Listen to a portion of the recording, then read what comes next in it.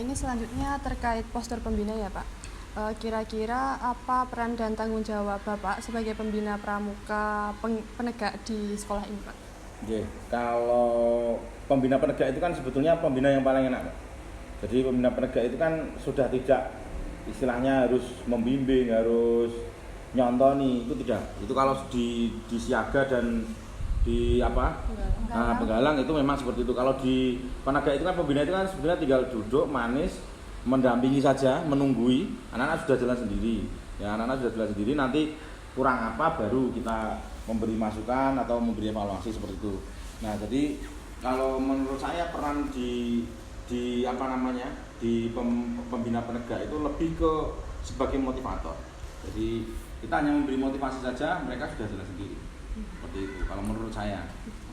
Oke, selanjutnya bagaimana cara Bapak membimbing anggota pramuka di SMA ini agar bisa berkembang sesuai dengan golongannya mereka?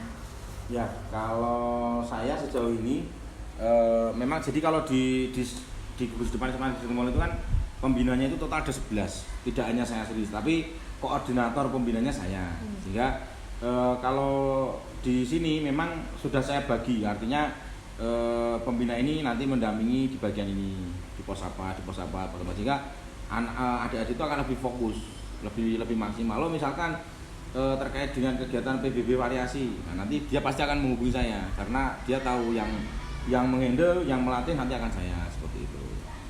Jadi di sini memang sudah saya bagi tugas sehingga bisa lebih fokus dalam membina, seperti itu. Untuk pertanyaan selanjutnya, apa tantangan terbesar Kakak dalam menjalankan tugas sebagai pembina pramuka?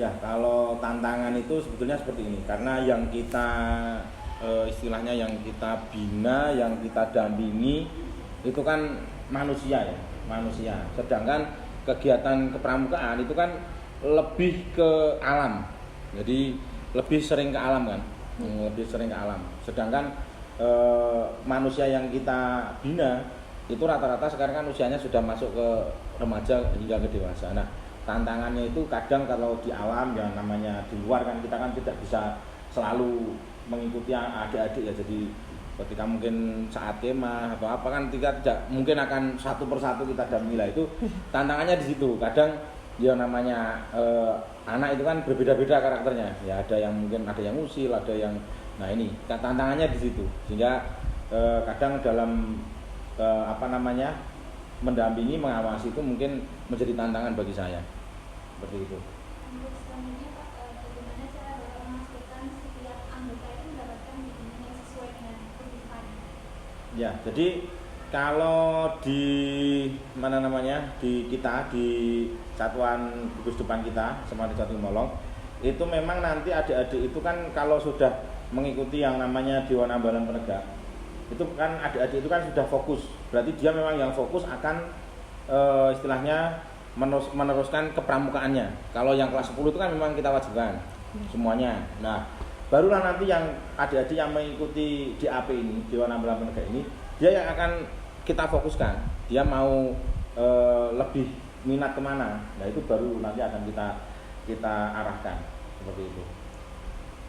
Selanjutnya Pak, sebagai pembina sendiri kriteria apa saja yang Bapak gunakan sebagai tanda bahwa Bapak itu berhasil sebagai pembina dalam golongan penegak di sekolah ini?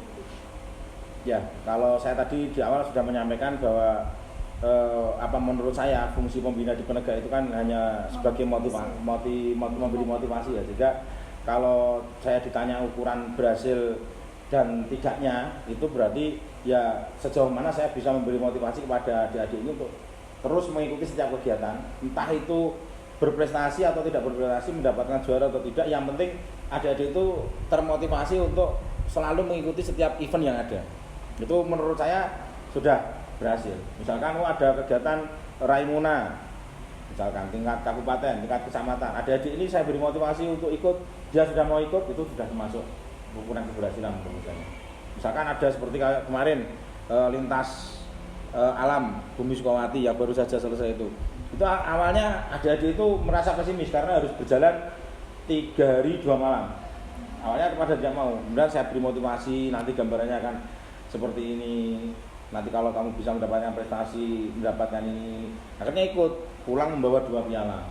Ya, bukan masalah pialanya, tetapi motivasi yang saya berikan itu sehingga mereka mau ikut. Nah, ini yang saya anggap sebuah prestasi. Artinya berhasil dalam membina adik-adik. Seperti itu.